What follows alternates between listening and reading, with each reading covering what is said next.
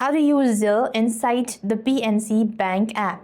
In order to use Zelle in PNC app, you want to follow the steps. So basically, what you need is actually, first thing first, you want to make sure you have an online banking account of PNC Bank.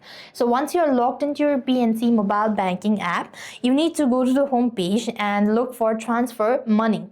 As you go to the transfer money section, underneath you can find send money with Zelle as an option as well. So you want to select that and follow the prompt to enter your US mobile number or email address. Now, if this is the first time you're trying to send money using Zelle, then you might be asked to provide in the Zelle information like login in with your Zelle, something like that. So you have to use your Zelle's credentials, and that's how you'll be able to log in. Or let's say you can link Zelle with PNC mobile banking. Now that you've done that, you just want to select the PNC account you wish to use for transaction.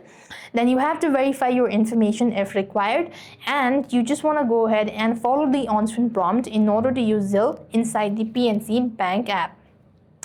And this way you'll be able to use Zelle inside the PNC Bank app. I hope the video was helpful. Make sure to like, share, and subscribe. Thank you for watching. See you in our next video.